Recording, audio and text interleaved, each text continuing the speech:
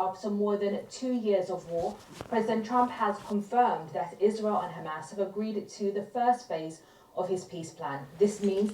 So what happens next? Hamas and Israel have agreed to the first part of Trump's so-called ceasefire plan. But given what's happened, where do we actually go from here? On 7th of October, Israeli civilians killed, soldiers killed, people taken hostage. Terrible, according to many human rights organizations. And yet, at the same time, the entire story of even that day and the history behind how we got to this moment is perhaps not properly understood, and perhaps if we did, it could help us understand what happens next. For example, the Hannibal Directive. Which news media have you seen talk about the fact that the Israeli government killed some of its own citizens? But then beyond that, even if you get, as is supposed to happen, 24 hours, the Israeli government and its forces withdraw, and then Hamas releases 20 of the remaining living hostages. But what about what's going on in the West Bank? What about E1 settlements, approved, thousands of them? What about the fact that that was considered an illegal occupation, even by the International Court of Justice in 2024, last year? What happens then? When it comes to the reconstruction of Gaza, who's going to pay? Over almost every single home in Gaza has been bombed or destroyed. Over 80% of hospitals have been damaged or destroyed. Never mind schools, churches, mosques, Palestinian Christians still barred from being able to exercise their freedom of religion that the many Christian Zionists, for example, who support Donald Trump, have not talked so much about.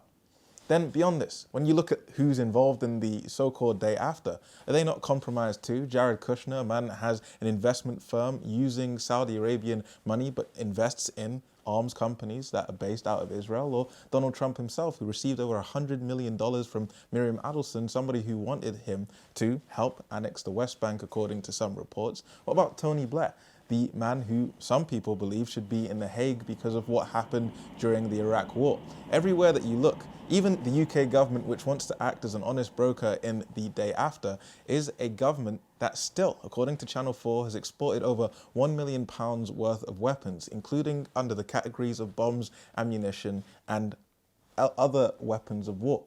But beyond any of that, all of that, when we talk about the scale of human suffering, over 60,000 Palestinians killed at least, including over 18,000 children who don't get to enjoy the fruits of a ceasefire, who will never see a reconstructed Gaza. What happens to them?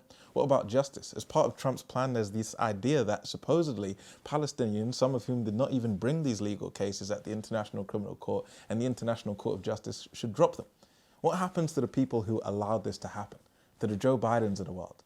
To the Trumps of the world? To the Keir Starmers of the world? Do they just get to wash their hands away with this? And are those hands not soaked in what some would describe as the blood of Palestinians, of Israelis, of human beings who just so happen to have been born in a place that over 77 years ago was subject to what has been described as a catastrophe, the Nakba, which, from all indications, from illegal settlements to the continued direction of the Netanyahu government and its supporters, is continuing to this very day.